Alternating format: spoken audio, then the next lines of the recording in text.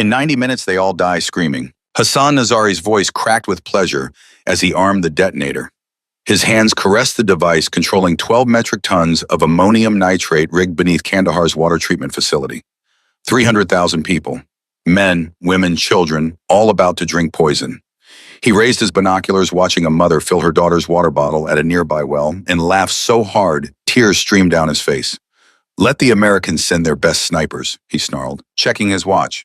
4 kilometers away, they'll miss every shot while I sit here and watch their failure.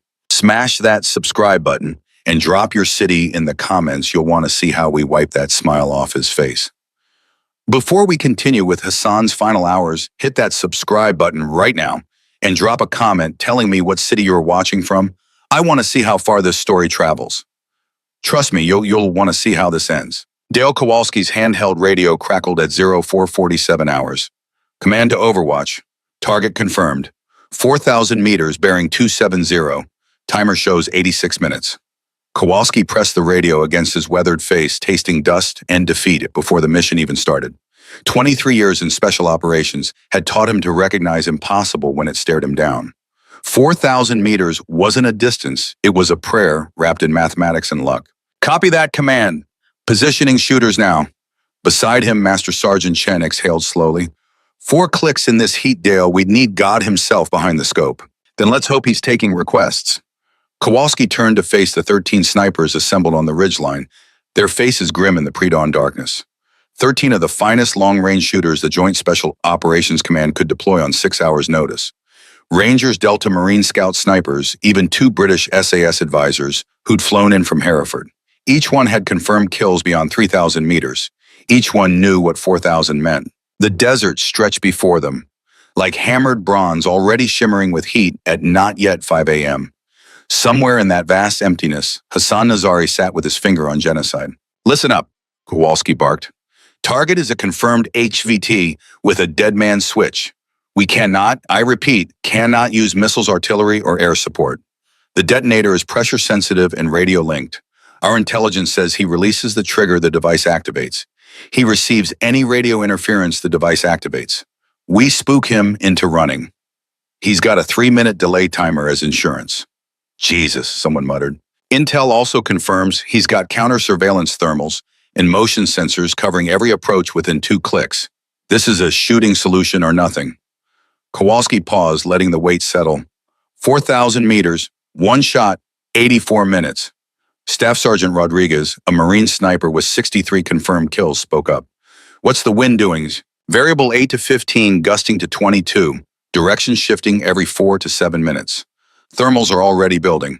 By the time we're set up, we'll have full Mirage heat columns and probably some dust devils for good measure." "Fantastic," Chen muttered. Kowalski pulled out a tactical map, spreading it across the hood of their vehicle. "He's here, elevated position on a plateau. We're here. The water treatment facility is here. According to the timer intel, we've got until 0613 hours. After that, 300,000 people drink poison." The number hung in the air like smoke. "Who's first?" Kowalski asked. Rodriguez stepped forward immediately. "I'll take it." They moved fast, setting up the Barrett M. 82A1 on its bipod sandbags, position scope calibrated. Rodriguez settled behind the rifle with the practiced ease of 1,000 range sessions. His spotter, Corporal Mendez, lay beside him with the spotting scope feeding calculations. Wind at 12 knots, shifting northeast. Humidity 7%. Temperature 94 and climbing. Barometric pressure dropping. Rodriguez adjusted his scope. 4,000 meters. The bullet would travel for nearly 6 seconds, dropping over 500 feet, drifting dozens of meters in the crosswind. It wasn't shooting, it was prophecy. He controlled his breathing, finding that space between heartbeats where everything stopped. The shot cracked across the desert. 6 seconds of silence. "Miss," Mendez said quietly. "No impact visible on target or surrounding area." Kowalski checked his watch. 79 minutes. Next, Sergeant Davies' SAS took position. His rifle was a custom L-115A3, the same model that had achieved the British Army's longest confirmed kill in Afghanistan. He went through the same ritual wind calculation, elevation adjustment, breathing control. The shot echoed.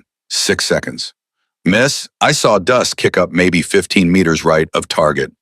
74 minutes. The third sniper was Delta, a quiet operator named Martinez, who'd once hit a target at 3,720 meters in Iraq. He spent 7 minutes calculating, checking, rechecking. When he finally fired, everyone held their breath. Miss, 12 meters short, 68 minutes. The fourth sniper, a ranger named Cooper, actually laughed as he set up. "This is insane, you know that, right?" "Insane is what we do," Kowalski replied. "Shoot." Cooper fired. Miss, 20 meters left. The fifth sniper didn't speak at all, just methodically prepared and fired. Miss, 61 minutes. The sixth sniper was sweating so badly his spotter had to wipe the scope between calculations. Miss, the bullet didn't even reach the plateau. 56 minutes. By the seventh sniper, the sun was fully up, and the desert had transformed into a liquid hellscape. Mirage waves rolled across the landscape, distorting distance, bending light, turning solid ground into shimmering water. The wind gusted and deepened, and gusted again, unpredictable as dice. "I can't even see the target clearly," the spotter said. "It's like shooting through water." "Shoot anyway." Miss, 51 minutes. The eighth sniper fired 3 times before Kowalski stopped him. All misses. 47 minutes. The ninth sniper actually hit the plateau, sending up a plume of dust 30 meters from Nazari's position. It was the closest anyone had come, and it meant absolutely nothing. "He knows we're here now," Chen said, watching through high-powered optics. "He's laughing. I can see him laughing." 42 minutes. The 10th sniper was the youngest, barely 25, a prodigy, who'd set records at every range he'd touched. His hands trembled slightly as he loaded the round. "Breathe," his spotter said. "You've got this." He didn't. Miss, 38 minutes. The 11th sniper refused to fire. "This is suicide. We need a different solution." "There is no different solution. Shoot or step aside." He stepped aside, 35 minutes. The 12th sniper took 15 minutes to calculate using every atmospheric measurement tool they had, consulting ballistic computers, conferring with his spotter in whispers. When he finally fired, everyone was certain this was it. The bullet struck rock 3 meters behind Nazari's position. "Damn it!" the sniper shouted, slamming his fist against the ground. "God damn it! 30 minutes! The 13th sniper was Chen himself. He'd been saving his attempt, watching everyone else, learning from their misses. He was a student of wind, a mathematician of death. If anyone could calculate this impossible shot, it was him. He fired. The bullet vanished into the mirage, swallowed by heat and distance and the indifferent desert. "No impact," his spotter said. "Chen, I'm sorry, I don't think—" "I know."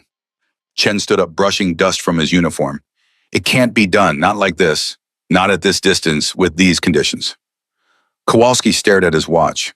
26 minutes. 26 minutes until 300,000 people started dying, and he had absolutely no plan. "Command, this is Overwatch," he said into the radio, his voice hollow. 13 attempts, 13 misses, requesting alternate solutions. The response came back immediately, clipped and final. "Negative Overwatch. No alternate solutions available. Target is too hot for a close approach, too sensitive for explosive ordnance. You have the only angle. Find a way." "There is no way," Kowalski said, not caring if command heard the defeat in his voice. "It's impossible." He turned to address the assembled snipers, to tell them to pack up, to admit failure, to watch helplessly as a mass murderer won. The words were forming on his lips when a voice cut through the silence. "Let me handle it." Every head turned. She stood 20 meters away, apart from the group, a lean figure in desert camouflage, with a rifle case slung across her back. Nobody had noticed her approach. Nobody had heard her arrive. Warrant Officer Cassidy Holt stepped forward into the morning light. "Who the hell are you?" Kowalski demanded. "Navy SEAL sniper attached to DevGru." Her voice was quiet, almost gentle, but it carried across the ridge with absolute clarity. "I've been watching your attempts. I can make the shot." Rodriguez laughed, an ugly, frustrated sound. "Lady, we just burned through 13 of the best shooters in theater.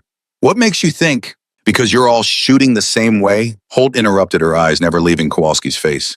"Calculating based on current conditions, compensating for what you observe right now. The desert doesn't work like that." "Enlighten us," Chen said, his tone skeptical but curious. Holt moved to the edge of the ridge, looking out across the wavering landscape. The heat creates thermal columns, rising air that rotates as it climbs. They move in patterns, predictable if you know what to watch for. You're all shooting when the wind seems stable, but that's actually when the thermals are strongest.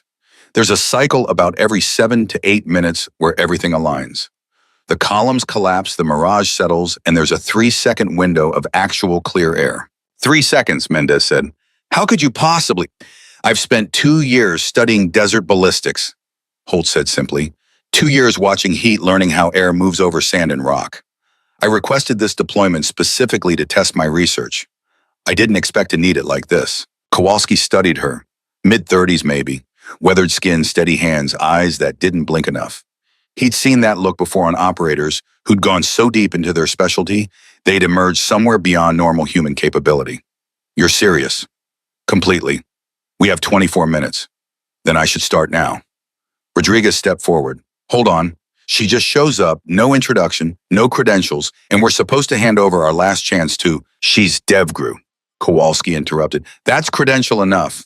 And she's right about one thing, our way isn't working. He turned to Holt. You need a spotter. No, they'd distract me. I need silence and space. You've got it. Everyone back to the vehicles, now. There was grumbling protest, but they moved. Only Kowalski remained watching as Holt unpacked her rifle with movements so economical they seemed choreographed. It was a custom Macmillan TAC-50 modified in ways he didn't immediately recognize. This really possible? He asked quietly. Holt settled behind the rifle, not answering immediately. She was studying the desert through her scope, watching the air itself, seeing things invisible to everyone else. In 19 minutes, she said, there will be a thermal collapse. The wind will drop to 6 knots from the northwest for approximately 3 seconds. The mirage will clear. I'll have one chance. And if you're wrong about the timing, then 300,000 people to die, and I'll spend the rest of my life knowing I failed them. She looked up at him, and he saw something in her eyes that made him step back. But I'm not wrong. How can you be sure? Because I've been watching this desert breathe for 2 years, Senior Master Sergeant. I know its rhythms better than I know my own heartbeat. Now please, I need quiet. Kowalski retreated to where the others waited by the vehicles 40 meters back. Someone had binoculars trained on Nazari's position. Someone else was watching Holt. Everyone was checking their watches. 18 minutes. Holt didn't move. She lay behind the rifle, perfectly still, barely seeming to breathe. She wasn't looking through the scope. Her eyes were on the desert itself, on the way heat danced above the sand, on patterns only she could perceive. 15 minutes. She's not even preparing to shoot, Rodriguez muttered. What's she waiting for? For the desert to tell her when, Chen said, and there was something like awe in his voice. She's not calculating the shot. She's feeling it. 12 minutes. Nazari's radio crackled. They couldn't hear the words, but they saw him pick it up, saw him speak, saw him laugh again. He was receiving updates from his network and hearing about the failed American snipers enjoying his impending victory. 10 minutes. Holt's breathing changed. It deepened, slowed, became so subtle that watching her chest was like watching the desert itself breathe. She was synchronizing with something matching a rhythm nobody else could hear. 8 minutes. The wind gusted hard, kicking up dust devils across the plateau. Then it died completely, the sudden stillness, eerie and profound. 7 minutes. Holt shifted slightly, bringing her eye to the scope for the first time. Her finger moved to the trigger guard, not touching the trigger itself. Not yet. 6 minutes. Command, this is Overwatch, Kowalski said into the radio. Prepare for shot attempt. Stand by. Overwatch, you have 5 minutes, 40 seconds. 5 minutes. The mirage seemed to intensify, the air so thick with heat that the entire plateau appeared to be underwater. Nazari was a blur, a heat shimmer barely distinguishable from the rocks around him. 4 minutes. Holt's lips moved soundless, counting something. Her finger touched the trigger, now light as a whisper. 3 minutes. And then, impossible to predict, if you hadn't spent 2 years studying this specific phenomenon, the desert exhaled. The thermal columns collapsed all at once, like a curtain dropping. The mirage vanished. The air cleared. For 3 seconds, maybe only 3 seconds, the 4,000 meters between rifle and target became a straight, clean line through perfectly still air. Holt fired. The shot cracked across the desert, and everyone stopped breathing. 6 seconds. 6 seconds of absolute silence, of hanging between success and catastrophic failure of 300,000 lives balanced on a single copper-jacketed round traveling at 2,800 feet per second. 6 seconds of the longest prayer any of them had ever said. Through his high-powered optics, Kowalski saw Hassan Nazari's head snap backward, saw the detonator fall from his hands, saw the blood spray and the body crumple and the sudden complete stillness where a monster had been laughing. Command, this is Overwatch, Kowalski said, his voice shaking. Target down. Confirmed kill. Threat neutralized. The radio exploded with voices, with cheers, with demands for confirmation and verification and details.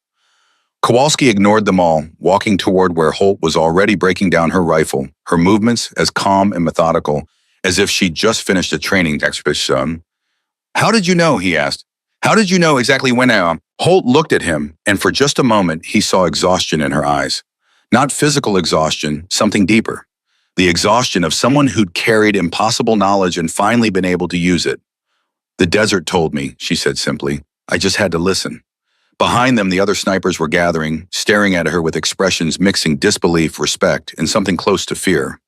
Rodriguez approached slowly, like someone approaching a holy site. That was 4,083 meters, he said quietly. In variable wind, through thermals, with 300,000 lives on the line. That's not possible. It's possible if you understand the environment instead of fighting it. Holt finished packing her rifle. You were all trying to compensate for conditions. I worked with them. That's the difference. Who are you? Chen asked. I mean, really, where did you train? Everywhere that would teach me, and nowhere that mattered. Holt shouldered her rifle case. Senior Master Sergeant Kowalski, I need to file my after-action report and return to my unit. Wait, Kowalski said. Just wait. We need to debrief to understand what you did to... No, you don't. Her voice was gentle but final. What I did can't be taught in a classroom or replicated in training. It requires years of observation of becoming part of the environment you're operating in. Most snipers will never have that time. They'll never need to. But if they do, they'll find their own way. Like I did. She turned to leave, then paused. The thermal collapse happens twice a day in this desert. Just before dawn and 3 hours after sunset. If you'd waited until tonight, you might have had better luck. We didn't have until tonight, Kowalski said. I know, that's why I took the shot. She started walking toward a dusty SUV parked beyond the ridge, a vehicle nobody had noticed arrive. Will we see you again? Kowalski called after her. Holt stopped her back to him. I hope not, Senior Master Sergeant. Because if you see me again, it means something has gone very wrong. She continued walking. Stay safe out here and listen to the desert. It has more to say than you think. She climbed into the SUV and drove away, disappearing into the heat shimmer like a mirage herself. Kowalski stood watching until long after she'd vanished, the radio still crackling with celebratory voices he didn't hear. Chen approached, standing beside him in silence. Who was she really? Chen finally asked. I don't know, Kowalski admitted, but command will have answers. He was wrong. When he called it in later, when he requested Holt's service record and deployment history, he found almost nothing. A thin file with basic information, a series of deployments to desert regions, and a single notation in the comments section. Silent Echo, specialized environmental operations, top secret clearance, need to know basis only. Silent Echo, Rodriguez repeated when Kowalski shared what little he'd learned. That's what they call her. Why? Because she moves through environments like an echo moves through space, Chen said softly. There and gone, impossible to pin down. You only know she was there because of what she leaves behind. What she'd left behind was 300,000 lives saved and 13 humbled snipers who would never quite look at the desert the same way again. But that night, lying in his bunk, Kowalski thought about those 3 seconds. Those impossible 3 seconds when the desert had exhaled and the world had become clear, and a woman nobody knew had done the impossible. He thought about how she'd watched for 19 minutes, not calculating, but listening, becoming part of the environment, until she knew its rhythms like music. He thought about the absolute certainty in her voice when she'd said, I'm not wrong. And he wondered how many other impossible shots she'd made, how many other missions had succeeded, because someone called Silent Echo had appeared from nowhere and disappeared into nothing, leaving only whispers and saved lives in her wake. The answer he suspected was something he'd never be cleared to know. But somewhere out there in some other desert or mountain range or jungle, the environment was breathing its own unique rhythm. And somewhere Cassidy Holt was learning to listen. The SUV's engine was still humming in the distance when Rodriguez broke the silence. That's it. She just leaves. Kowalski didn't answer. He was staring at the plateau where Hassan Nazari's body lay cooling in the sun, then back at the empty road where Holt had disappeared. The math didn't compute. 4,000 meters. Variable wind. Thermals that would make a physicist weep. And she'd done it like breathing. Senior Master Sergeant, Chen said, his voice tight. Command is asking for confirmation. They want ballistic data, wind readings, scope settings. Tell them we don't have it. Sir, she didn't use our equipment, didn't consult our data. Hell, she didn't even use a spotter. Kowalski turned to face the group. We can't give them information we don't have. Martinez stepped forward, the Delta operator's face grim. That's going to be a problem. Command will want a full debrief. They'll want to know how a SEAL nobody's heard of made an impossible shot. Kowalski finished. Yeah, I'm aware. His radio crackled. Overwatch, this is Command. We need immediate verification of the kill. Drone surveillance in 30 minutes. Copy that, Command. Kowalski checked his watch. Cooper Davies, you're with me. We're going to confirm the body. Bad idea, Chen said immediately. She said the area was rigged with motion sensors. If Nazari had backup, then we'll deal with it. But Command needs confirmation, and I'm not sending back a report based on what we think we saw through a scope. Kowalski grabbed his rifle. The rest of you pack up. We move in 20. The approach to Nazari's position took 40 minutes of careful navigation through terrain that wanted them dead. The heat had climbed past 110 degrees. Sweat poured into their eyes. Their boots sank into sand that grabbed and held like quicksand. Cooper stopped suddenly. Movement, 3 o'clock. Everyone dropped, weapons raised. A vulture circled overhead, then another. They'd found Nazari faster than the Americans had. Just birds, Davies said, but his finger stayed on the trigger. They moved forward slower now. Kowalski's mind kept replaying Holt's shot. The way she'd waited. The absolute certainty. 23 years in special operations, and he'd never seen anything like it. There, Cooper whispered. Nazari's body lay sprawled across the rock, exactly where they'd seen it fall. The detonator sat 3 feet from his outstretched hand, its display dark. Inactive. Kowalski approached, carefully scanning for tripwires, pressure plates, anything that might turn this confirmation into a funeral. He knelt beside the body, checking vitals he knew wouldn't be there. The bullet had entered just below Nazari's left eye, traveling at a slight downward angle. The exit wound had removed most of the back of his skull. Clinical. Precise. Absolutely lethal. Jesus, Cooper breathed. That's a perfect kill shot. At 4,000 meters. How is that even? Don't. Kowalski stood up. Don't try to make sense of it. Just accept it happened. Davies was examining the detonator with gloved hands. This is sophisticated work. Military-grade components. The trigger mechanism is exactly what Intel said: pressure, sensitive, and radio-linked. If he'd let go, if we jammed his signal, if we'd spooked him into running, 300,000 dead, Kowalski finished. I know. Sir, look at this. Davies pointed to the device's display. Timer shows 84 seconds remaining when it was deactivated. 84 seconds. The number hit Kowalski like a fist. 84 seconds. Less than a minute and a half between Holt's shot and mass casualty event. She'd been cutting it closer than any of them realized. Cooper was photographing the scene, documenting everything for Command. They're going to want to know who she was, how she knew, why she was even here. Good luck getting answers, Kowalski muttered. Something tells me Warrant Officer Holt doesn't exist in any database we can access. His radio crackled again. Overwatch Command, drone overhead in 5 minutes. What's your status? Target confirmed dead. Detonator secured. We're clear. Copy. Stand by for extraction. A pause. Overwatch, we need to talk about your shooter. Her service record is flagged at levels above my clearance. I'm being told to drop all inquiries. Kowalski looked at the body, at the perfect kill shot at the detonator that had come within 84 seconds of genocide. Understood, Command. We'll include what we can in the report. That's not good enough. The Secretary of Defense himself is asking. Then tell the Secretary that someone saved 300,000 lives today, and maybe that should be enough. Kowalski cut the transmission before Command could respond. Davies stared at him. You just told Command to back off, sir, with respect. That's career suicide, probably. Kowalski started walking back toward their position. But something about this doesn't sit right. She shows up, makes an impossible shot, and disappears. Command suddenly can't access her records. We're being told to drop it. He stopped, turning to face them. What does that tell you? Cooper answered first. Black Ops, deep cover. Something so classified that even asking questions gets doors slammed. Exactly, which means we witnessed something we weren't supposed to see. And the smartest thing we can do is forget it ever happened. They walked in silence for several minutes before Davies spoke again. I can't forget that shot. I've been doing this for 12 years. I've trained with the best. I've seen kills that seemed impossible. But that, he shook his head, That was something else entirely.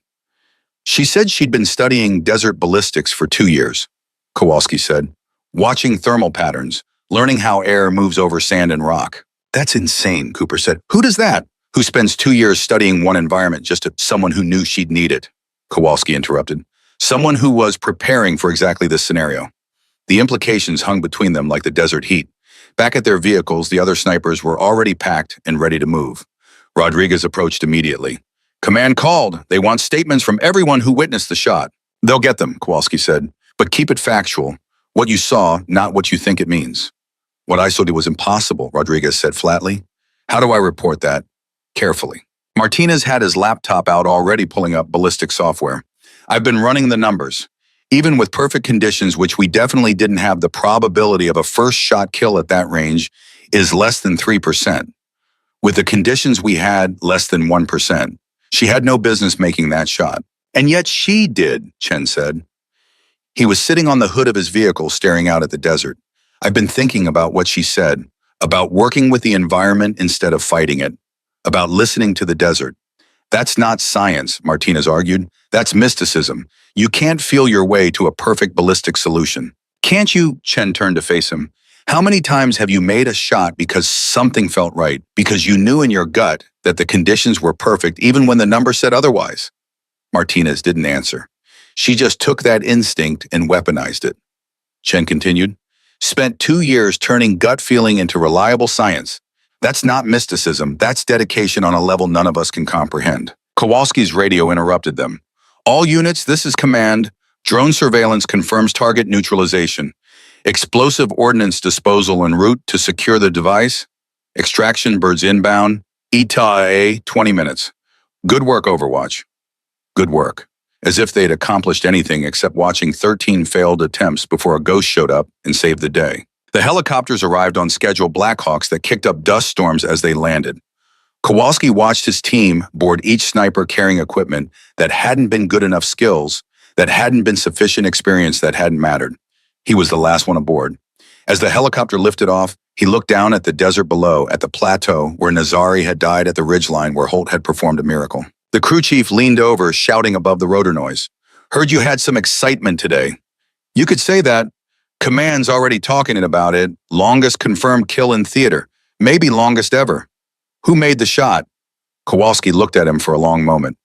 Nobody you'd know. The crew chief frowned but didn't push it. Smart man. 30 minutes later, they touched down at Forward Operating Base Shank. Command was waiting, a full bird colonel with an expression that promised uncomfortable conversations. Senior Master Sergeant Kowalski with me. Now. They walked to a secured briefing room, climate-controlled and windowless. The colonel closed the door and activated a white noise generator before speaking. What the hell happened out there? We neutralized the target, sir. Mission success. Don't play games with me. Kowalski, I've got 13 statements that all say the same thing. Some SEAL nobody's heard of showed up and made a shot that shouldn't be possible. I tried to pull her service record and get blocked at classification levels I didn't know existed. So I'm going to ask you again, what happened? Kowalski chose his words carefully. A highly skilled operator performed her duty under extreme circumstances. The threat was eliminated. 300,000 civilians are alive because of her actions. I need more than that. With respect, sir, I don't think you do. I think you need exactly that and nothing else. Because anything more is going to open doors neither of us wants opened. The colonel stared at him. You're protecting her. I'm protecting the mission, sir. Whatever Warrant Officer Holt is involved in, it's clearly above our pay grades. Pushing for answers is only going to create problems. The Secretary of Defense is already asking questions. Then respectfully suggest to the Secretary that some questions are better left unanswered. We got the win. The target is dead. The civilians are safe. That should be enough. The colonel sat down heavily. You know what the worst part is? You're probably right, but this is going to haunt me. That shot, those conditions, the timing. He looked up at Kowalski. Was she really that good? Better, sir. Better than any of us realized was possible. A knock at the door interrupted them. A young lieutenant entered holding a secure tablet. Sir, you asked to be notified about the detonator analysis. Go ahead. EOD confirmed it was fully functional. Timer analysis shows it was 84 seconds from activation when the target was neutralized. They also found something else. The lieutenant hesitated. The detonator had a backup trigger. Motion activated. If anyone had approached within 500 meters, it would have activated immediately. Kowalski felt ice in his stomach. We approached the body. We were within 500 meters. Yes, sir. But the backup trigger was disabled. Single bullet through the control circuit. The same bullet that killed the target also destroyed the failsafe. Silence filled the room. That's not possible, the colonel finally said. To know the detonator had a backup trigger to calculate a shot that would kill the target and disable the failsafe simultaneously. She knew, Kowalski said quietly. Somehow she knew exactly where to place that shot. The lieutenant cleared his throat. There's more, sir. We ran ballistic analysis on the bullet trajectory. Given the angle of entry and the internal damage pattern, the shot was calculated to avoid hitting the primary trigger mechanism while destroying the backup. A deviation of even 2 centimeters in any direction would have either missed the backup entirely or hit the primary trigger and detonated the device. 2 centimeters, the colonel repeated. At 4,000 meters, through variable wind and thermal distortion. Yes, sir. The colonel looked at Kowalski. Who is she? I don't know, sir, but I'm starting to think we're better off not knowing. The lieutenant left, and the colonel stood up, walking to the wall where a map of Afghanistan hung. In 3 weeks, I'm supposed to brief the Joint Chiefs on special operations capabilities in theater. What do I tell them about this? Tell them we have assets capable of extraordinary things when circumstances demand it. Tell them the system works. The system, the colonel laughed bitterly. The system failed 13 times before a ghost showed up and saved us. That's not a system, that's luck. Luck is preparation meeting opportunity, sir. She was prepared. We gave her the opportunity. That's the system working exactly as designed. The colonel turned to face him. You really believe that? Kowalski thought about Holt's eyes, about the exhaustion he'd seen there, the weight of knowledge nobody else carried. About 2 years spent studying a single environment, preparing for a shot she somehow knew she'd need to take. I believe she was exactly where she needed to be when she needed to be there. Whether that's luck, fate, or exceptional planning by people smarter than us, I couldn't say. But I'm grateful for it. The colonel nodded slowly. All right, your team is dismissed. File your reports, standard classification. Don't mention the operator by name or unit designation. Just list it as supporting sniper element. Understood. Yes, sir. And Kowalski, if you ever see her again, if she ever shows up on another operation, I'll buy her a beer and thank her. That's all. Good man. Dismissed. Kowalski walked out into the late afternoon heat. His team was gathered near the barracks waiting for him. Rodriguez spoke first.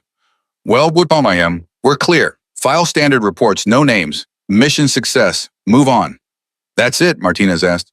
We're just supposed to forget about... Yes, Kowalski said firmly. We forget about it. We forget about her. We remember that 300,000 people are alive today, and we be grateful we were part of making that happen. Everything else is above our clearance and beyond our concern. Chen stood up. I'm not going to forget that shot. I'm going to spend the next year trying to understand what she did. Good luck with that, Kowalski said. Something tells me you could spend 10 years and still not get there. That night, lying in his bunk, Kowalski pulled up the limited information he'd managed to gather on Cassidy Holt. The file was thin to the point of transparency. Birth date, recruitment date, basic training, scores all unremarkable. Then a gap of 6 years with only a single notation, specialized training details classified. After that gap, a series of deployments to desert regions. Afghanistan, Iraq, Syria, Yemen, short deployments, rarely more than a few weeks. No unit assignments listed, no commanding officers named, just dates and locations. And that designation, Silent Echo. He'd asked around quietly, carefully, using contacts in JSOC and SOCOM. Most had never heard the name, those who had refused to discuss it. One crusty sergeant major in Virginia had simply said, "Don't ask questions you don't want," answered Dale. "Some people operate on levels we can't comprehend. Be grateful they're on our side." Kowalski closed the file and stared at the ceiling. Somewhere out there, Cassidy Holt was probably already on another mission in another desert, preparing for another impossible shot. Learning the rhythms of another environment, becoming part of it, waiting for the moment when everything aligned. He wondered how many times she'd done this, how many catastrophes she'd prevented that nobody knew about. How many targets had died never knowing she was there. Silent Echo, a ghost that moved through environments like sound, through space. There and gone, impossible to track. You only knew she existed because of what she left behind. And what she left behind was hope. The knowledge that when everything failed, when the impossible loomed, there was someone who could step out of the shadows and make miracles happen. Kowalski closed his eyes and for the first time in 23 years of military service, said a prayer for someone he'd probably never see again. A prayer of thanks and protection for a woman who'd saved 300,000 lives with a single bullet and 84 seconds to spare. The desert had told her when to shoot. He just hoped it would keep her safe when her number was up and the conditions weren't perfect and the impossible became truly impossible. But something told him Cassidy Holt didn't believe in impossible. She just believed in listening.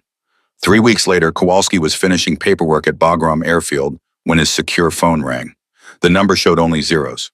Senior Master Sergeant Kowalski. You need to stop looking for her. The voice was male flat, completely devoid of emotion. Effective immediately. Who is this? Someone who's noticed your inquiries about Warrant Officer Holt. Delete every file you've accessed. Forget every question you've asked. This is your only warning. The line went dead. Kowalski stared at the phone, his pulse hammering. He'd been careful with his research, using personal contacts, avoiding official channels. Someone had been watching anyway. He deleted the files, all of them. Then he cleared his browser history, wiped his hard drive's recent activity, and sat in silence, wondering what kind of operation required that level of protection. 2 days later, Rodriguez found him in the chow hall. The Marine dropped into the seat across from him, his face ashen. We need to talk. Privately. They walked to an empty corner of the base behind a maintenance hangar where the generator noise would mask their conversation. I got a visit last night, Rodriguez said, his voice shaking. 2 men in suits. No names, no badges, no explanation. They told me to forget about the shot. Said if I mentioned it again, even to other team members, there would be consequences. What kind of consequences? They didn't specify. They didn't need to. The way they looked at me, Rodriguez stopped swallowing hard. I've been in combat for 8 years. I've faced enemy fire, survived. IEDs, watched friends die. But those 2 men scared me worse than anything I've seen in theater. Kowalski felt cold despite the midday heat. Did they mention her by name? No, they just said the operator in question. But we both know who they meant. Anyone else get visited? Martinez, Chen, Cooper, probably all of us by now. Rodriguez looked around nervously. What did we witness out there? What's so important that... Stop. Kowalski grabbed his arm. Don't finish that question. Don't even think it. Whatever's happening, it's way beyond us. We do what they said. We forget. How am I supposed to forget a shot like that? I don't know. But we find a way, because the alternative, Kowalski didn't finish. He didn't need to. Rodriguez left without another word. That night, Kowalski dreamed about the desert, about heat shimmer and thermal columns, and a woman who could read the wind like poetry. He woke up sweating, the images already fading, leaving only a sense of something important slipping away. 6 weeks after the Nazari kill, command reassigned him to a training detail in Qatar. Chen went to Iraq. Martinez to Syria. Rodriguez back to Camp Pendleton. The entire team scattered across the globe, broken up so thoroughly it couldn't have been coincidence. Kowalski spent 3 months teaching basic marksmanship to new recruits, wondering if this was punishment or protection. Maybe both. Then on a Tuesday morning in November, everything changed. He was reviewing qualification scores when his commanding officer walked in, a captain named Reeves, who usually stayed behind his desk. You're being activated, pack for cold weather, wheels up in 4 hours. Where am I going? Can't tell you yet. You'll be briefed on the plane. Reeves paused at the door. And Kowalski, you're the only one from your previous team being called up for this. That tell you anything? It told him plenty, none of it good. The flight was on an unmarked C-13. Oh no, unit designations, no tail numbers, that made sense. The only other passengers were 2 men in civilian clothes who didn't speak, and a woman in army fatigues who introduced herself as Major Helen Park. You're wondering why you're here, Park said once they were airborne. Among other things, you handled a sensitive operation in Afghanistan approximately 6 weeks ago. Target neutralization at extended range. Yes, Kowalski's throat tightened. That's classified. Not to me, it isn't. I have full clearance on that operation and several others like it. What I need to know is, can you identify the operator who made the final shot? I was told to forget that operator existed. Things have changed. Park pulled out a tablet, showed him a satellite image of a snow-covered mountain range. 72 hours ago, we lost contact with the deep cover asset in the Caucasus Mountains. This asset possesses information that could compromise ongoing operations in 3 countries. We need immediate extraction, but the asset is in a fortified position 8 miles inside hostile territory. What's that got to do with me? The asset won't come out for just anyone. They've requested extraction by Silent Echo specifically. No one else. Problem is we can't locate Silent Echo. Every channel we have says she's dark unreachable, possibly on another operation. So we need you to help us find her. Kowalski stared at her. You think I know where she is? I think she trusts you. You're one of 3 people she's worked with who didn't try to investigate her afterward. Well, who didn't keep investigating after being warned off? Park corrected. That matters to people in her line of work. I don't have any way to contact her. She left before we could. We know. But you have something better. You have the memory of what she can do. And right now, I need you to convince someone very important that Silent Echo is worth the risk of pulling her off whatever operation she's currently running. The plane began its descent. Through the window, Kowalski saw snow-covered peaks, a landscape as different from Afghan desert as Earth from Mars. They landed at a military installation that officially didn't exist. No signs, no flags, just buildings and people who moved with the purposeful intensity of special operations. Park led him to a conference room where a 3-star general waited along with 2 civilians whose agencies Kowalski could only guess at. Senior Master Sergeant Kowalski, the general said, tell us about the Nazari operation. For the next hour, Kowalski walked them through everything. The 13 failed attempts, Holt's arrival, the way she'd waited for thermal collapse, the impossible shot, the 84-second margin. He left nothing out this time, despite the warnings, despite the threats. Something about this room said honesty was more important than protection. When he finished, one of the civilians spoke. You witnessed her fire once. 1 shot. Based on that single observation, do you believe she's capable of what we're about to ask her to do? What are you asking her to do? The general pulled up a new satellite image, a compound perched on a mountainside surrounded by cliffs and forest. Our asset is here. The only approach is a narrow valley with clear lines of sight for 2 miles. They've got thermal imaging, motion sensors, and automated defense systems. Anything that moves in that valley gets shredded. So send a drone strike. The asset is being held in a room with 3 hostages, civilians, aid workers who were in the wrong place at the wrong time. We take out the compound, we kill them too. Kowalski studied the image. What's the solution? There is no solution, except one. The general zoomed in on a ridgeline across from the compound. From here, it's possible to see into the room where the asset is held. We've confirmed this with satellite imaging. A sniper positioned here could theoretically take out the guards, giving the asset time to escape with the hostages. What's the range? 5,800 meters. The number hit Kowalski like a physical blow. 5,800 meters. Almost 3.5 miles. Nazari had been 4,000 and that had seemed impossible. That's beyond human capability, he said flatly. The longest confirmed kill in history is under 4,000 meters. You're asking for something that can't be done. We're asking for Silent Echo, Park said quietly. Because if anyone can do it, she can. And if she can't, then our asset dies, 3 civilians die, and intelligence that costs 15 years to gather falls into enemy hands. The general leaned forward. I need to know, Sergeant. Based on what you saw, what you witnessed, is she capable of this? Kowalski thought about the desert exhaling, about Holt's absolute certainty, about 84 seconds and 300,000 lives saved because one woman had spent 2 years learning to listen. If the conditions are right, he said slowly, if she has time to study the environment, if she can find that window where everything aligns, yes, I believe she can do it. Then help us find her. I told you I don't know where, Park interrupted him. We're not asking you to find her physically. We're asking you to send a message she'll receive. You're one of 3 people she trusts. If you broadcast the need, she'll hear it. How? There are channels, one of the civilians said. Networks we maintain for exactly this purpose. You make a request through those channels, and it reaches people who might know how to reach her. Maybe it works, maybe it doesn't, but it's our best option. They handed him a script, 3 sentences carefully worded to convey urgency without revealing operational details. Kowalski read it twice, then looked up. If I do this, if she comes, you need to give her everything she needs. No bureaucratic obstacles, no command interference. She works her way, or she doesn't work at all. Agreed, the general said immediately. She'll have full operational authority. Whatever she requests, she gets. And when it's over, you leave her alone. No more tracking, no more monitoring. She goes back into the shadows and you let her. The general and the civilians exchanged glances. That's not something we can promise. Then find another sniper. Silence stretched between them. Finally, the general nodded. All right, she gets her anonymity back, but only if the operation succeeds. She doesn't fail, Kowalski said with certainty he couldn't explain. That's not who she is. They took him to a communications room, sat him in front of a camera, and had him record the message. 3 sentences that would go out through channels he didn't understand to people he'd never meet, hoping it reached one woman who might be anywhere in the world.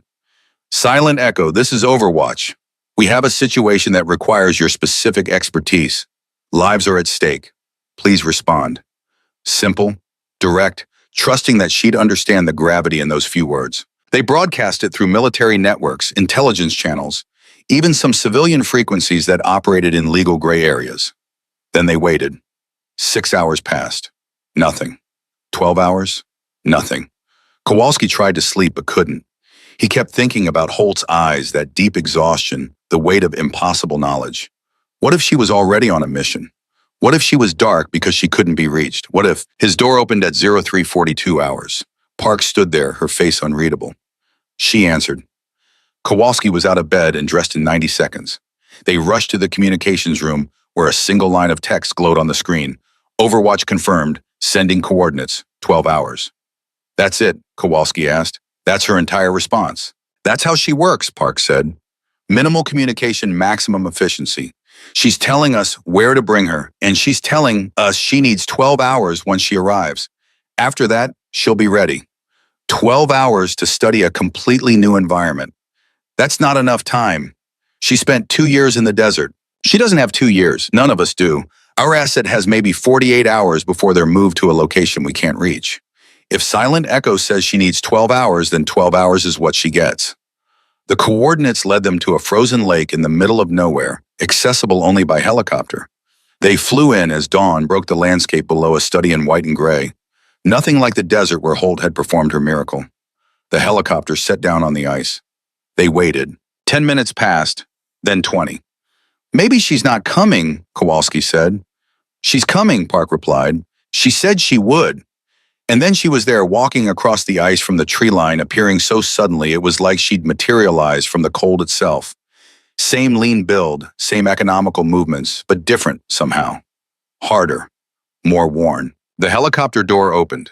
Holt climbed in without greeting, without acknowledging anyone. She sat across from Kowalski, and for the first time he saw her eyes in daylight. They were hollow, haunted, like someone who'd seen too much and forgotten how to unsee it. Senior Master Sergeant, she said quietly, you've been looking for me. I stopped when they told me to. I know, that's why I came. She turned to Park. Show me the target. Park pulled up the satellite imagery on her tablet. Holt studied it in silence, her expression never changing. When she finally spoke, her voice was flat. This is a different environment than Afghanistan. Different air density, different thermal patterns, different everything. 12 hours isn't enough. It's all we have, the general said via video link. Can you do it? Holt looked at the image for a long time. The shot's possible, but the margin for error is 0. One miscalculation, and the guards have time to execute the hostages before your asset can react. We understand the risks. Do you? Holt's eyes met the camera. Because I don't think you understand what you're asking. Afghanistan was desert and environment I'd spent years studying. This is mountain terrain in winter. The air behaves differently. The cold creates inversions that desert heat doesn't. The wind channels through valleys in ways that don't happen over open sand. You're asking me to learn in 12 hours what should take 12 months. But you'll try. It wasn't a question. Holt closed her eyes. 3 civilians, what are their names? The question caught everyone off guard. Park checked her notes. Sarah Reeves, Marcus Chen, Dmitry Volkov, aid workers with Doctors Without Borders.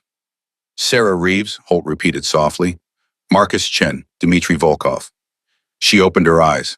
All right, I'll try, but I need complete isolation for the next 12 hours. No interruptions, no check-ins, no status updates.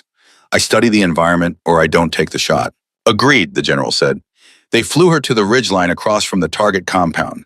Kowalski watched her set up with the same methodical precision she'd shown in Afghanistan, but there was a tension in her movements now, a tightness that hadn't been there before. You don't think you can do it, he said quietly. I think the people who sent you to find me are asking for a miracle, Holt replied. I gave them one in Afghanistan. They want another. But miracles aren't unlimited, Senior Master Sergeant. Eventually you run out. You saved 300,000 people. I know. She finished setting up her rifle and turned to face him fully. I know exactly how many people I saved. And I know exactly how many I've failed to save in the operations that didn't make it into your briefing. The weight doesn't balance, Kowalski. It never does. Why do you do it then? Because Sarah Reeves, Marcus Chen, and Dmitry Volkov don't deserve to die in a frozen compound 8 miles from help. Because an asset who spent 15 years gathering intelligence deserves extraction. Because someone has to take the impossible shots, and apparently I'm the one who can't say no. She turned back to her rifle. Now leave me alone. I have 12 hours to learn how this mountain breathes. Kowalski retreated to the command post they'd set up 500 meters back. Through high-powered optics, he watched Holt settle into position, not looking through her scope, just staring at the valley at the way wind moved through it, at patterns only she could see. Park joined him. Think she'll make it. I think she'll die trying, and I think that might be the problem. What do you mean? She's not doing this because she wants to. She's doing it because she doesn't know how to stop. Because somewhere along the way, making impossible shots became her entire identity, and now she's trapped in it. That's what makes her good. That's what's going to kill her, Kowalski said. Not a bullet, just the weight of being the only person who can do what she does. The 12 hours crawled past. Holt never moved, barely seemed to breathe. She was doing what she'd done in Afghanistan, becoming part of the environment, learning its rhythms, waiting for it to tell her when conditions were right. But Kowalski watched the wind patterns through the valley, watched the temperature fluctuations, watched the way cold air sank and warm air rose, creating invisible currents and eddies, and he couldn't see how anyone could predict when those patterns would align. 5,800 meters, 3.5 miles, through mountain wind that shifted without warning. At targets who would execute hostages the instant they realized they were under fire. It was impossible, and Cassidy Holt was going to attempt it anyway because that's what Silent Echo did. Attempted the impossible and somehow made it work over and over until the day she didn't. Kowalski just prayed today wasn't that day. At hour 11, Holt's radio crackled for the first time. Command to Silent Echo. Status update required. She didn't respond. Park looked at Kowalski. Should we? No, she said no interruptions. She meant it. We have protocols. The general needs confirmation that the general needs her to make an impossible shot. Kowalski interrupted. Let her work. But at hour 11 and 40 minutes, intelligence came through that changed everything. Park's face went white as she read the message on her secure tablet. They're moving the asset. New intel says the compound is evacuating in 90 minutes. If we don't extract now, we lose them forever. Kowalski grabbed the radio. Silent Echo, this is Overwatch. Timeline just collapsed. You have 90 minutes maximum. Silence. Holt, do you copy 90 minutes? Her voice came back flat, emotionless. I heard you the first time. Conditions aren't ready.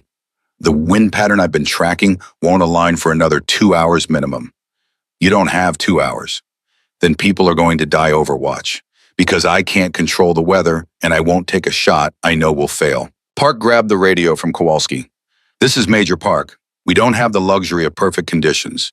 You take the shot with what you have, or the mission is scrubbed and 4 people die. Your choice. The silence stretched so long Kowalski thought Holt had cut transmission. When she finally spoke, her voice carried an edge he hadn't heard before. You want me to fire blind into a situation where 1 miss means 3 civilians get executed? You understand what you're asking. I understand we're out of options. No, you don't understand. You're sitting in a warm command post looking at satellite images. You're not the one who has to live with Sarah Reeves' face, Marcus Chen's face, Dmitry Volkov's face every single night for the rest of your life if this goes wrong.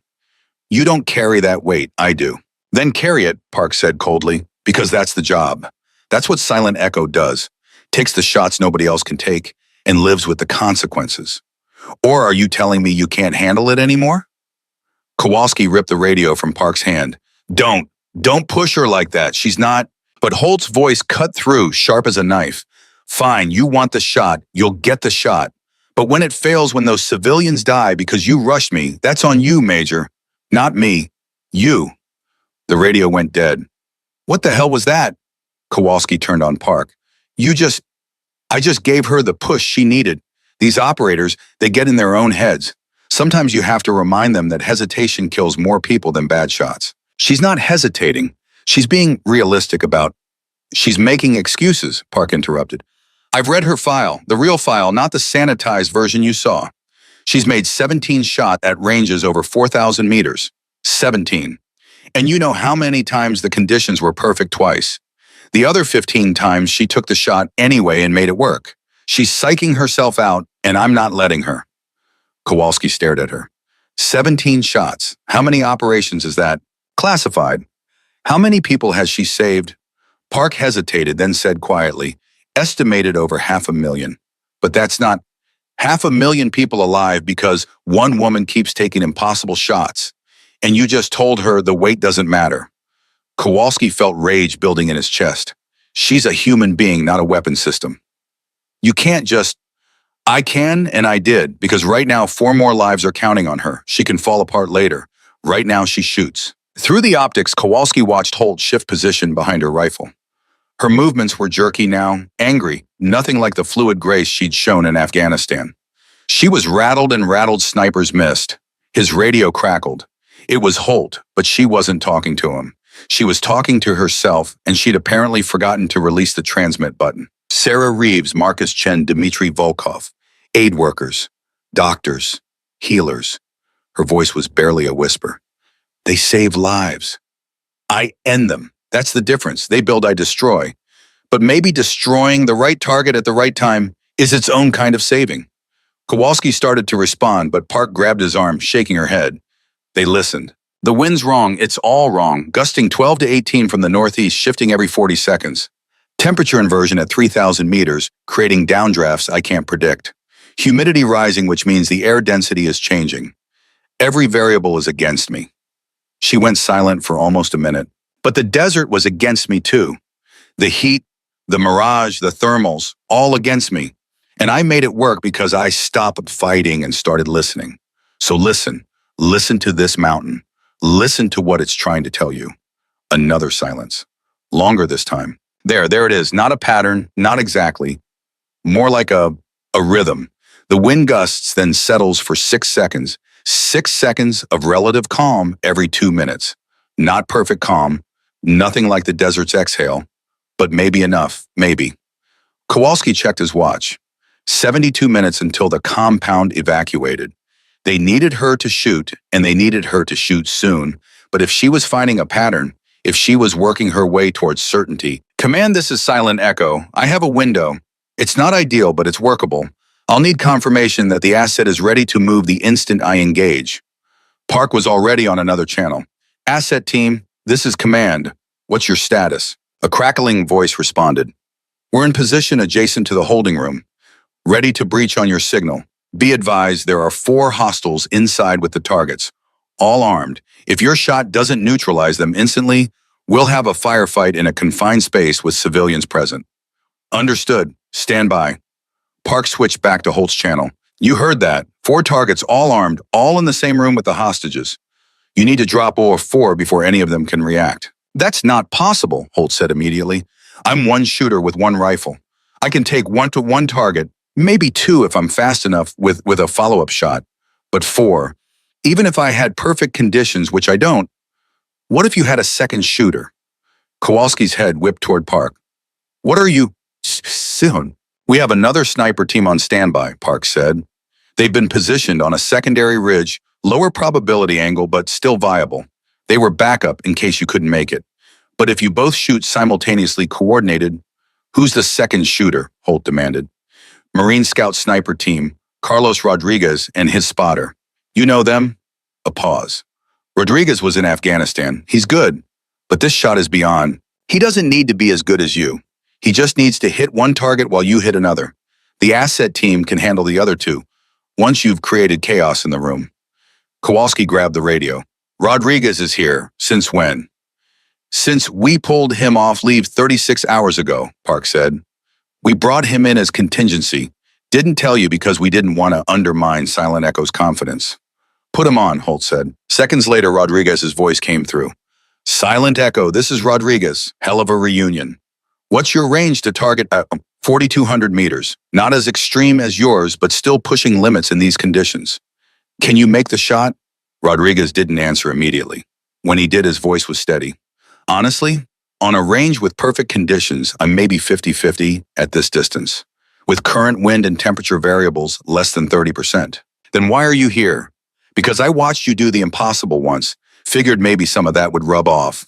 And because 3 civilians don't deserve to die while I sit on my hands worrying about my hit probability. Holt was quiet for a long moment. All right, here's how this works. I'll take the guard position northeast corner of the room. Intel photos show him standing near the window, which gives me the clearest shot. You take the guard's southwest corner. He's partially obscured, but if you aim for center mass, you should have enough target.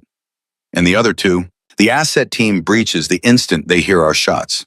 In the confusion, they take down the remaining guards before anyone can execute hostages. It's not a perfect plan. It's the only plan we've got, Rodriguez finished. I'm in. Tell me when to shoot. Park cut in. How long until you're ready? Holt's answer sent ice through Kowalski's veins. The win window I'm tracking arrives in 11 minutes. We shoot then or not at all? 11 minutes. Park checked her tablet. That leaves us 61 minutes until evacuation, cutting it close. It's not close. It's precise. There's a difference. Holt's voice had changed again, becoming the calm, certain tone Kowalski remembered from Afghanistan. She'd found her center. Rodriguez, you need to sync your breathing with mine. When I give the countdown, we fire simultaneously. Not 1 second apart, not half a second. Simultaneous. Understood. Understood. How do we sync? Listen to my breathing over the radio. Match it. Slow it down. Find the space between heartbeats. That's where the shot lives. Kowalski watched through optics as both snipers settled into their positions. Holt on the high ridge, Rodriguez 500 meters to the south on his lower perch. 2 shooters, 2 impossible shots coordinated across distance by nothing but radio and trust. Command, this is Asset Team Leader. We've got movement in the compound. They're starting to pack equipment. Looks like they might be moving up their timeline. Park's jaw clenched. How long do we have? Maybe 30 minutes. Maybe less. Holt, did you copy that? I copied. Doesn't change anything. The win window is in 9 minutes now. We shoot then, or we don't shoot at all. What if we don't have 9 minutes? Then we don't shoot, and you explain to Sarah Reeves' family why you wouldn't give me the time I needed to save her life. Park looked at Kowalski, who shook his head. She's right. You push her to shoot before she's ready, and we're just gambling. At least this way, we're giving her the conditions she needs. 8 minutes. Through the optics, Kowalski could see into the holding room. 4 guards exactly as Intel had reported. 2 near the windows, 2 by the door. The 3 hostages sat on the floor in the center, zip-tied and blindfolded. Sarah Reeves looked young, maybe late 20s. Marcus Chen was older, graying at the temples. Dmitry Volkov had a bandage on his head, probably from resisting capture. 7 minutes. One of the guards said something that made the others laugh. Then he walked over to Sarah Reeves and kicked her. Not hard, just enough to make her flinch. Entertainment. Kowalski's hands balled into fists. 6 minutes. Rodriguez, how's your breathing? Holt's voice was almost meditative now. Synced. I can feel your rhythm. Good. At the 4-minute mark, we start final calculations. Wind speed, direction, temperature, barometric pressure. Feed everything into your ballistic computer and then forget it. The computer gives you the starting point. Your instinct makes the final adjustment. Copy that. 5 minutes. The guard kicked Sarah again, harder this time. She cried out the sound audible through the compound's window. Stay calm, Holt whispered, and Kowalski realized she wasn't talking to Rodriguez. She was talking to Sarah Reeves as if her words could somehow reach across 3.5 miles of frozen air. Stay calm, we're coming. Just a few more minutes. 4 minutes. Final calculations now, Holt said. Wind at 14 knots northeast bearing. Temperature -6 Celsius. Humidity 63%. Barometric pressure dropping. Rodriguez, confirm your readings. Wind 12 knots from my position, same bearing. Temperature -8. Humidity 61. Pressure steady. Different microclimates. We're shooting through different air. That's going to create bullet drift variance. How much variance? Unknown, but we adjust. I'm compensating for the colder air on my route. You do the same. 3 minutes. Kowalski's radio crackled. Command asset team. They're bringing in vehicles. Looks like they're evacuating now. I repeat, evacuation is starting now. Holt. I heard. 2 minutes 40 seconds until my window. Can the asset team delay? Negative. If we engage now, we blow our position and lose surprise. Then we wait. 2 minutes 40 seconds. Trust the timing. We don't have 2 minutes 40 seconds. Yes, you do, because the alternative is a guaranteed failure. Now stop talking. I need to concentrate. Park was pulling up tactical displays, coordination charts, backup plans. Kowalski knew she was preparing for catastrophic failure for the moment when they'd have to scrub the mission and watch 4 people get loaded into vehicles and driven to places they'd never be found. 2 minutes. Holt's breathing slowed even further. In and out, so subtle it was almost inaudible. Rodriguez matched her 2 snipers, breathing as one across 500 meters of frozen mountain. 90 seconds. One of the guards barked an order. The other 3 started moving the hostages toward the door. They were out of time. The evacuation was happening now, and in 30 seconds, the hostages would be outside, loaded into vehicles, scattered to the wind. Holt, 70 seconds. The window is in 70 seconds. They're moving the hostages now. I can see that. 65 seconds. Sarah Reeves stumbled as they dragged her up. The guard who'd been kicking her grabbed her hair, yanking her upright. She cried out again. 60 seconds. Command to asset team. Prepare to breach. We're going in. Negative. Holt's voice cracked like a whip. Do not breach. 55 seconds. Give me 55 seconds. We don't have 55 seconds. You do if you trust me. Asset team, hold position. Command, shut up and let me work. The audacity of a warrant officer telling a major to shut up should have resulted in immediate disciplinary action. Instead, Park went silent, watching the screens, watching the seconds tick down. 50 seconds. The guards had all 3 hostages on their feet, now moving them toward the door. In 20 seconds, maybe less, they'd be outside and the shot would become impossible. Too many angles, too much movement, too much chaos. 45 seconds. Marcus Chen collapsed, just dropped to the floor like his legs had given out. The guards shouted at him, kicked him, but he didn't get up. He was buying time. Somehow, impossibly, he knew someone was coming, and he was buying them time with his own body. 40 seconds. Rodriguez, you see that? The hostage on the ground. Yeah, I see it. He's giving us the window we need. When he gets up, they'll move fast. We shoot while he's still down. Understood. Understood. 35 seconds. 2 guards were trying to lift Marcus Chen. He fought them dead weight, making it as difficult as possible. 1 guard raised his rifle, preparing to shoot him. 30 seconds. Holt, if they execute him, they won't. 28 seconds. The wind is shifting. I can feel it starting to settle. 25 seconds. The guard with the rifle pressed it against Marcus Chen's head. Sarah Reeves screamed through her gag. Dmitry Volkov lunged at the guard and took a rifle butt to the face for his trouble. 20 seconds. Settling now. Gusts dropping. 15 seconds until perfect calm. Rodriguez, are you feeling it? I feel it. Wind dying from my position too. Some kind of pressure shift. Temperature inversion collapse. The warm air and cold air are equalizing. Gives us maybe 8 seconds of stable conditions. We shoot at second 4. That's our window. 15 seconds. The guard with the rifle at Marcus Chen's head said something. Even through optics, Kowalski could see his finger tightening on the trigger. 10 seconds. Asset team, on my shot, you breach. Not before. On my shot. Copy. 8 seconds. Marcus Chen looked up at the guard above him. Through the blindfold, he couldn't see anything, but somehow, impossibly, he smiled. 6 seconds. Rodriguez breathing sink. Match me. 3 breaths. In, out, in, out, in. Hold. 4 seconds. The wind died. Completely. Utterly. The mountain itself seemed to hold its breath. 3 seconds. Target acquired. Northeast Guard Center Mass. Target acquired. Southwest Guard Center Mass. 2 seconds. On my count, 3, 2, 1. The word fire never came. Instead, 2 rifles cracked simultaneously, the sound echoing across the valley like thunder.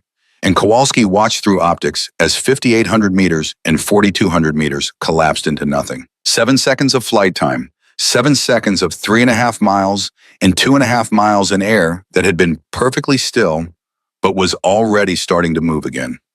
7 seconds of Sarah Reeves and Marcus Chen and Dmitry Volkov, not knowing if they'd live or die. 7 seconds of 2 snipers who'd done everything humanly possible and now could only wait. 7 seconds of prayer. The Northeast Guard's head snapped back his body following the rifle at Marcus Chen's head, firing wildly into the ceiling as he fell. The Southwest Guard crumpled, clutching his chest, blood spreading across his uniform. The asset team breached the door with explosive charges, smoke and chaos filling the room. The two remaining guards spun toward the thread, away from the hostages, and never saw the suppressed rounds that dropped them both. 8 seconds from two impossible shots to complete mission success. "Targets down," the asset team leader shouted. "We have the package. We have all 3 civilians moving to extraction now." Kowalski realized he'd been holding his breath. He exhaled, shaking, and looked at Park. She was staring at the screens like she couldn't believe what she just witnessed. "Command to Silent Echo and Rodriguez. Confirmed kills. Mission success. Outstanding shooting." Rodriguez came back immediately, his voice cracking with emotion and adrenaline. "Holy hell! Holy hell, we did it! We actually did it!" But Holt didn't respond. "Silent Echo, do you copy mission success?" Nothing. Kowalski grabbed binoculars, scanning the ridge where Holt had been positioned. Her rifle was still there, set up on its bipod. But she wasn't behind it. She was sitting 20 feet away, her back against a rock, her head in her hands, shoulders shaking. She was crying. Silent Echo, the woman who'd saved 500,000 lives, who'd made 17 impossible shots, who'd just saved 4 more people with a bullet fired across 3.5 miles of frozen air, was crying like her heart was breaking. Kowalski started toward her position, but Park grabbed his arm. "Leave her alone. She needs someone to tell her she just did the impossible again. She needs someone to remind her she's human." He shook off Park's hand. "I'm going to her. You can court-martial me later." He ran across the frozen ground, slipping on ice, not caring. When he reached Holt's position, she didn't look up. She just kept crying, great racking sobs that shook her entire body. "Hey," Kowalski said softly, sitting down beside her. "Hey, it's over. You did it. They're all safe." "I know," she choked out. "I know they're safe. That's not—" She couldn't finish. "Then what—" She finally looked at him, and her eyes were raw, devastated, carrying the weight no human should have to bear. "How many more, Kowalski? How many more impossible shots before I miss? Before I fail, before Sarah Reeves or Marcus Chen or someone else dies because I couldn't make the miracle happen?" He didn't have an answer. There was no good answer to that question. 17 operations, she continued, 500,000 people saved. And every single time I think this is it. This is the one where I fail. This is where the weight finally crushes me. But then I make the shot anyway, and they send me somewhere else, and I have to do it again and again. And I can't stop, because if I stop, people die. But I can't keep going because every shot takes something from me. And eventually there'll be nothing left. Kowalski sat with her in silence, listening to her cry, understanding finally what Silent Echo really was. Not a ghost, not a miracle worker, just a woman who'd been given an impossible gift and was slowly being destroyed by the burden of using it. "What if you said no?" he asked quietly. "What if next time they called, you just didn't answer?" She laughed bitterly through her tears. "Then Sarah Reeves dies. Marcus Chen dies. Dmitry Volkov dies. And I live the rest of my life knowing I could have saved them but chose not to. That's not better. That's worse." "So what do you do?" She wiped her eyes, her breathing steadying. "I keep taking the shots. I keep making the miracles. Until the day I can't anymore, and then I hope someone's there to clean up the mess I leave behind." She stood up, walked back to her rifle, and started breaking it down with mechanical precision. The tears were gone, locked away somewhere deep. Silent Echo was back, professional and distant and ready for the next impossible thing. But Kowalski had seen what was underneath, and he knew he'd never forget it. The extraction helicopter arrived 20 minutes later, rotors chopping through frozen air. Sarah Reeves, Marcus Chen, and Dmitry Volkov were loaded aboard, first wrapped in thermal blankets, shaking from cold and shock and the reality of still being alive. The asset, a gaunt man in his 50s who wouldn't give his name, sat apart from them, clutching a data drive that had cost 15 years of his life to gather. Rodriguez boarded next, his face still flushed with adrenaline. He caught sight of Holt and moved toward her, but Kowalski intercepted him. "Not now. I just wanted to tell her. I know what you want to tell her. She knows too, but right now she needs space." Rodriguez looked past him at Holt, who sat in the corner of the helicopter, staring at nothing. "Is she okay?" "No, but she will be, or she won't. Either way, it's not our business." The flight back to base took 40 minutes. Nobody spoke. Sarah Reeves cried silently into Marcus Chen's shoulder. Dmitry Volkov kept touching his face where the rifle butt had split his cheek, as if confirming he was real. The unnamed asset stared at the data drive like it was the only thing tethering him to sanity. And Holt sat in her corner, eyes closed, breathing with the same measured rhythm she'd used before the shot. In and out, perfectly controlled. Like if she stopped controlling something, anything, she'd shatter completely. They landed at the same unmarked facility they departed from. Medical teams swarmed the hostages and the asset, but Holt walked straight past them, heading toward a nondescript building at the edge of the compound. Kowalski followed. Where are you going? Debriefing, then I'm leaving. You should rest first. See medical, get cleared. I'm fine. You're not fine. You broke down on that ridge. She spun on him, and the flash of anger in her eyes stopped him cold. What do you want from me, Kowalski? A confession. An admission that I'm barely holding it together. Oh, yeah. I'm barely holding it together. I take shots that shouldn't be possible, save people who should be dead, and carry the weight of knowing that one day I'll fail and someone will die because of it. There. Happy. I'm not trying to... Then what? Why are you following me? Why do you care? The question hung between them like the cold air itself. Kowalski took a breath, choosing his words carefully. Because I've been doing this for 23 years. I've seen hundreds of operators come through. The good ones, the exceptional ones, the ones who redefine what's possible. And you know what happens to them?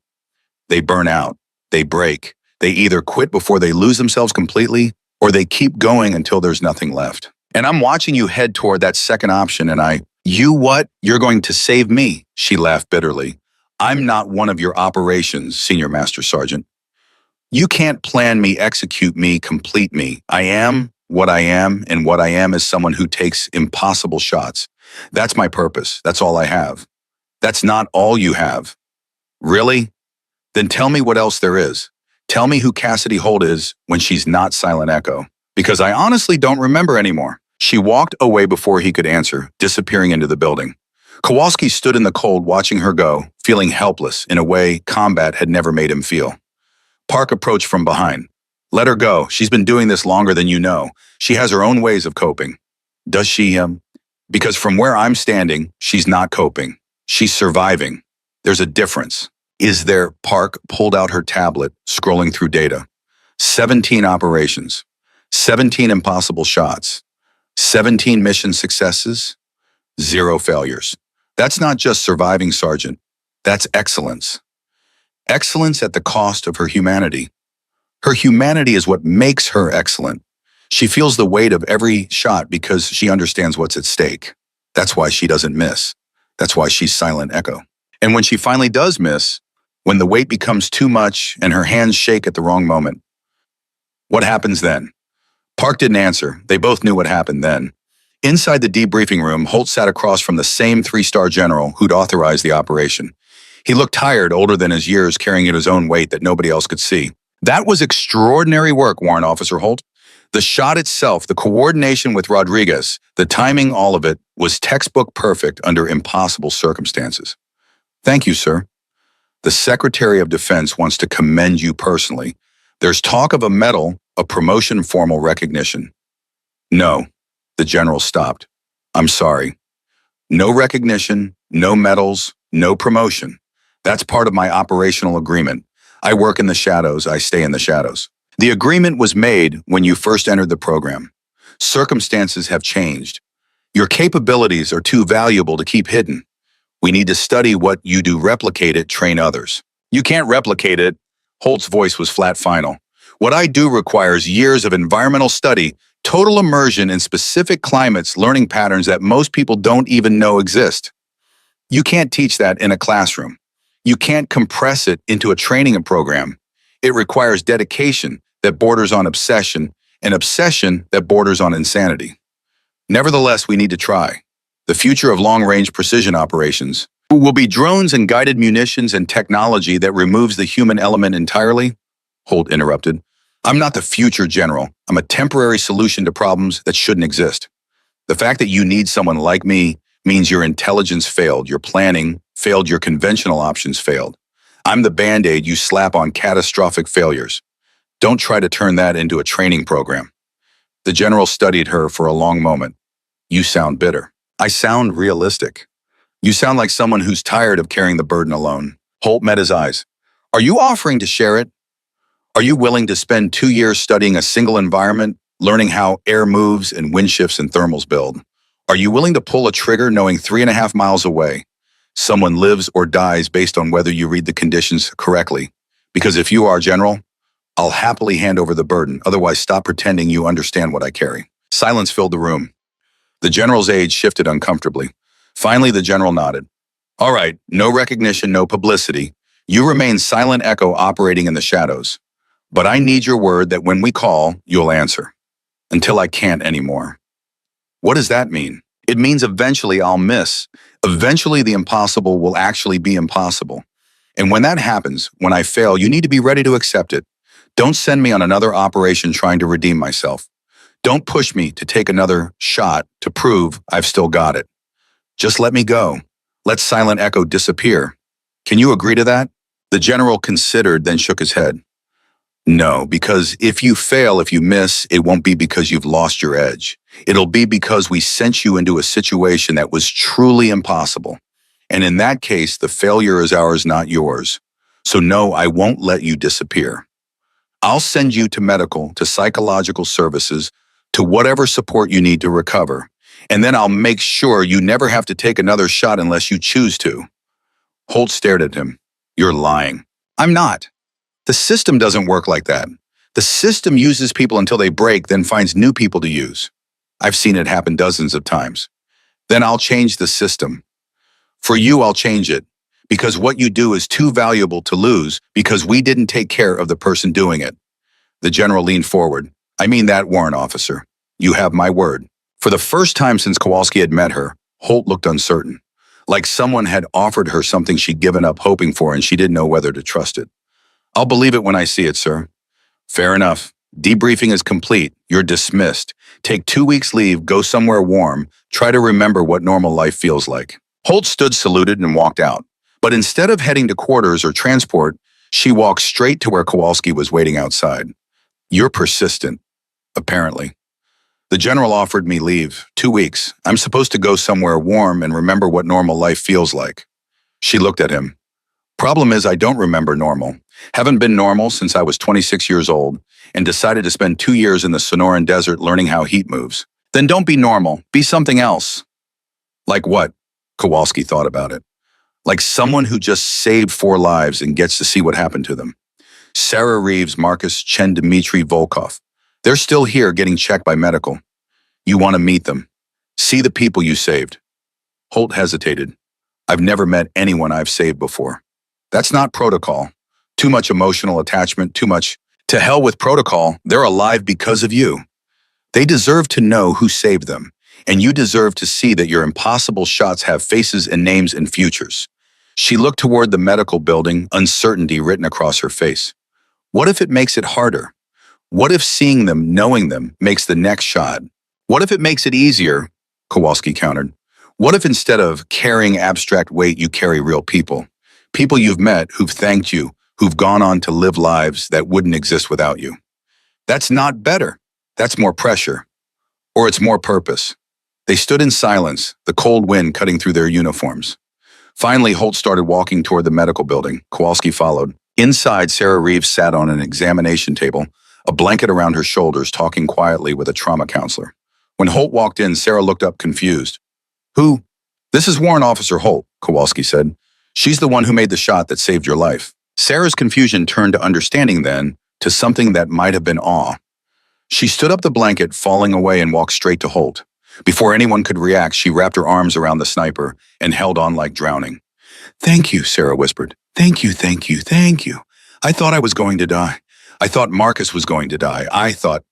She couldn't finish, just held on tighter. Holt stood, rigid arms at her sides, clearly uncomfortable. Then slowly her arms came up and wrapped around Sarah, returning the embrace. You're welcome, Holt said quietly. I'm glad I could help. They stood like that for almost a minute before Sarah finally pulled back, wiping tears from her eyes. How did you do it? They said you shot from almost 4 miles away. In the mountains. In the wind. How is that even possible?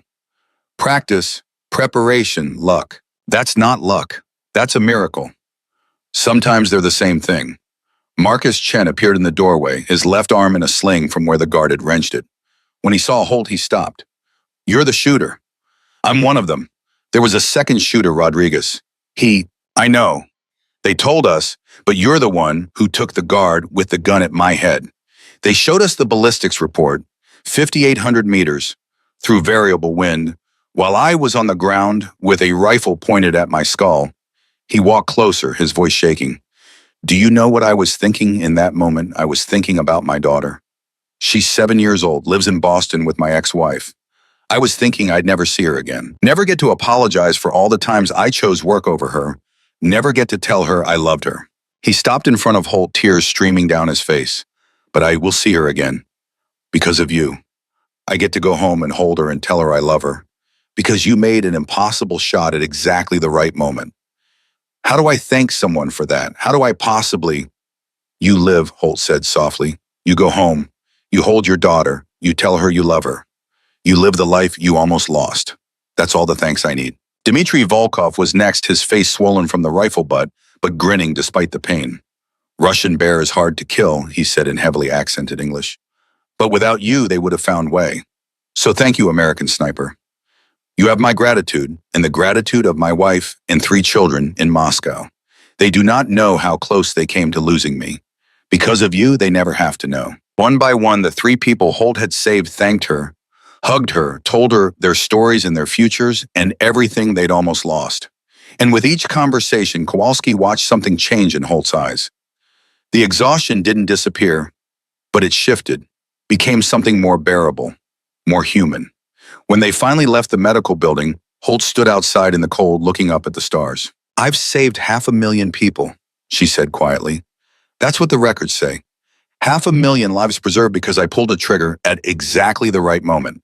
But they were always just numbers, statistics, abstract representations of success. I never met any of them before. And now I have faces. Sarah's face when she hugged me. Marcus's face when he talked about his daughter. Dimitri's face when he mentioned his wife and children. Those faces are going to stay with me. Every time I take a shot, I'll see them. I'll remember what success looks like, what it feels like, what it means. Is that good or bad? I don't know yet. Ask me after the next operation. They stood in silence for several minutes before Holt spoke again. The general offered me 2 weeks leave. I think I'm going to take it. Go somewhere I've never been before. Somewhere I haven't studied, where I don't know the wind patterns or the thermal rhythms. Somewhere I can just be Cassidy Holt for a little while. Where are you thinking? Maybe Scotland. I've heard the Highlands are beautiful in winter, cold and wild and completely different from anywhere I've operated. She looked at him. Want to come with me? The question surprised him. Why would you want me there? Because you're the only person who's seen me break and didn't try to fix me or use me or make me into something I'm not.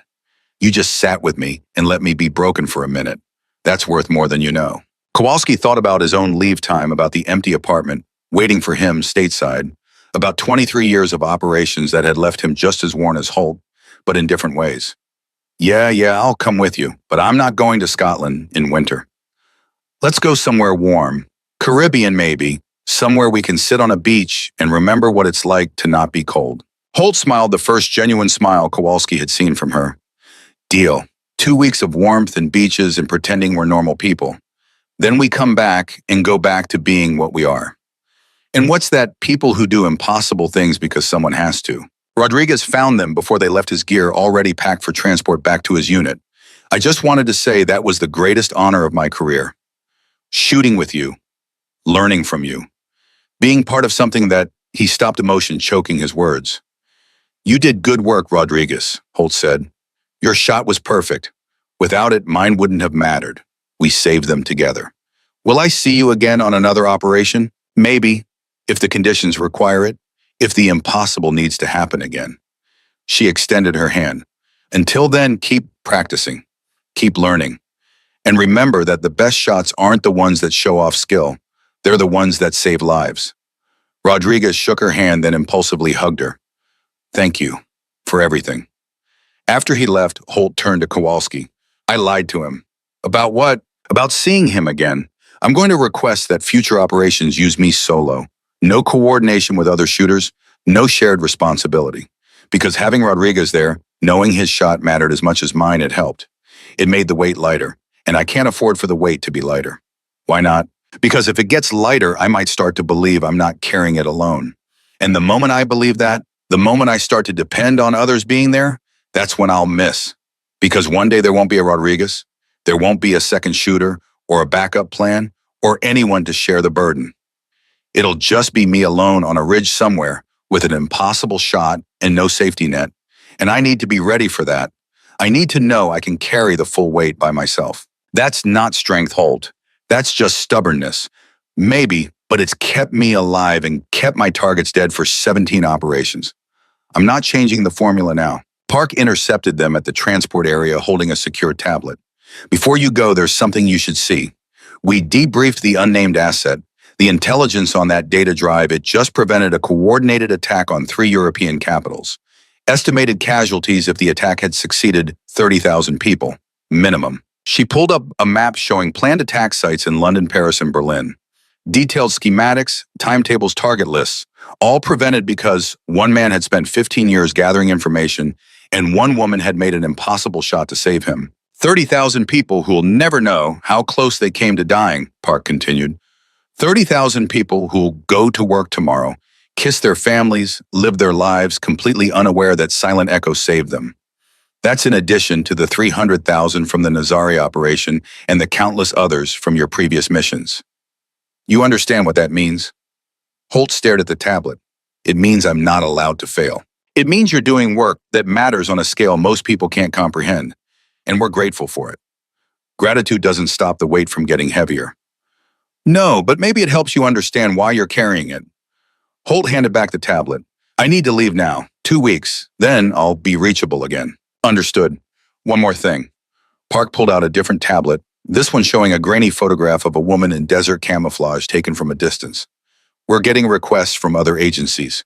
CIAMI-6 Mossad. They've heard rumors about Silent Echo. They want to borrow you for their operations. The general said no, but the pressure's building. Eventually someone high enough up the chain might override him. Let them try. I work for who I work for. Anyone else can find their own miracle worker. Park smiled slightly. That's what I told him you'd say. See you in 2 weeks, warrant officer. Try to have some fun. The flight to the Caribbean took 14 hours with layovers. Kowalski and Holt sat in the back of commercial planes surrounded by tourists and business people who had no idea the woman in seat 23B had saved 30,000 lives just 2 days ago. Holt slept most of the flight, the exhaustion finally catching up with her. When they landed in Barbados, the tropical heat hit them. Like a wall so different from Afghanistan's desert heat or the Caucasus's frozen cold that it felt like stepping into another world. They checked into a small resort on the western coast, nothing fancy, just clean rooms and a beach 20 feet from their doors. That first evening, they sat on the sand, watching the sunset, not talking, just existing. I can't read this wind, Holt said suddenly. The way it moves across the water, the patterns it makes, I don't understand it. It's not desert wind or mountain wind. It's something else entirely. That's okay. You're not here to understand it. You're here to just experience it. I don't know how to do that. Experience without understanding. It's not who I am. Then learn. You spent 2 years learning desert wind. Spend 2 weeks learning how to not learn, how to just be. She looked at him. Is that what you do? Just be. I try. 23 years in special operations teaches you that if you don't find moments to just exist, the operational mindset will consume you completely. So yeah, I've learned to just be. Sometimes. They sat in silence as the sun disappeared below the horizon, painting the sky in colors that had no tactical value, no operational significance, no purpose except beauty. On the third day, they were sitting at a beachside bar when a family walked past parents and 2 young children laughing and playing in the sand. The mother looked familiar, and after a moment, Kowalski realized why. That's her. That's Sarah Reeves. Holt looked up startled. Sarah had indeed spotted them, her face lighting up with recognition. She walked over the children running ahead of her. Warrant Officer Holt. Oh my God, what are the chances we're here on vacation my parents paid for? It said we needed to decompress after everything. And you're here too, she turned to her children. Emma Jack, this is the woman I told you about, the one who saved Mommy's life. The little girl, maybe 5 years old, looked up at Holt with wide eyes. You're a superhero. Holt smiled despite herself. No, sweetie, just someone who did her job. But you saved Mommy. That makes you a superhero. Sarah's husband joined them, extending his hand. Thank you. Sarah told me what happened, what you did. I can't. His voice cracked. Thank you for giving me my wife back. They talked for 20 minutes, Sarah sharing that she was leaving Doctors Without Borders, taking a position at a hospital in Boston to be closer to family. I've done enough dangerous work. Emma and Jack need their mother, and I need to be somewhere safe. After they left, Holt stared at the ocean. She's quitting because of what happened, because I saved her. She's not quitting. She's choosing. There's a difference.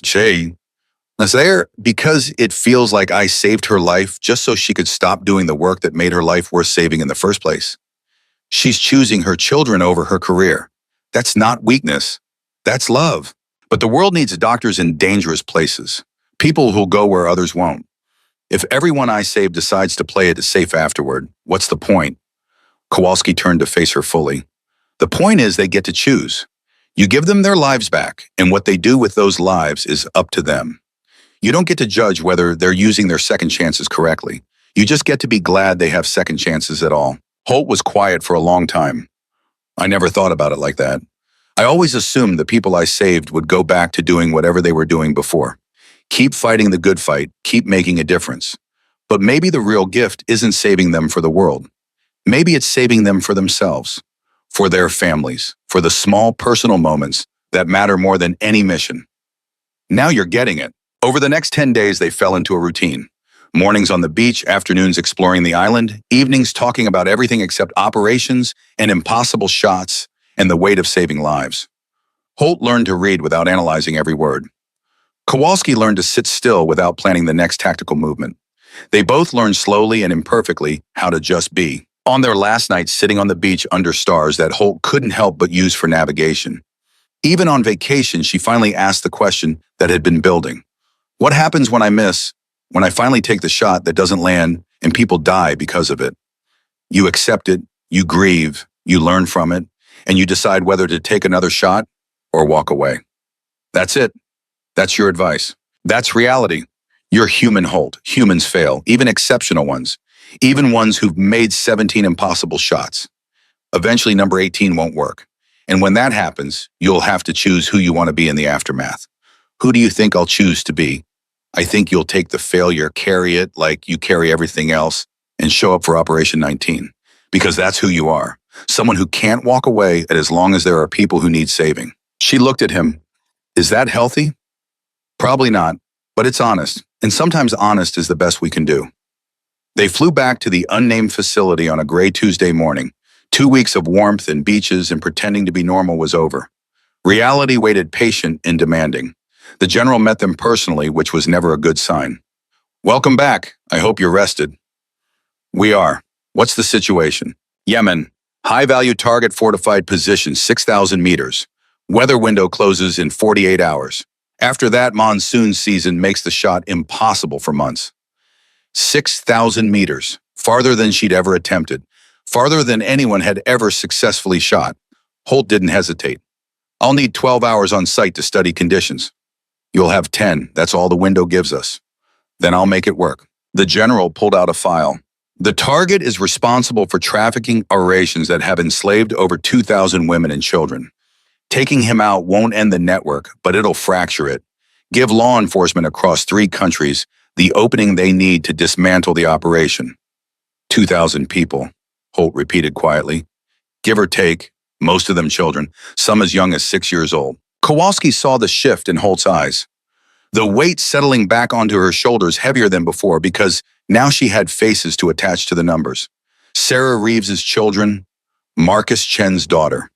Real people with real lives that depended on her making another impossible shot. I'll get my gear. As she walked away, the general turned to Kowalski. She looks better. The leave helped. For 2 weeks. How long until she needs another one? Hopefully longer than it takes to find someone else who can do what she does. You won't find anyone else. What she does isn't teachable, it's not replicable, it's just her. I know, that's what terrifies me. Kowalski watched Holt disappear into the armory, already shifting back into silent echo, and he realized something that made his chest tight. She wasn't going to stop. Not after Operation 18, not after 19, not after she finally missed and people died because of it. She was going to keep taking impossible shots until they killed her, or broke her so completely there was nothing left to save. And there was nothing he could do about it except be there when she needed someone to sit with her in the aftermath and remind her she was still human.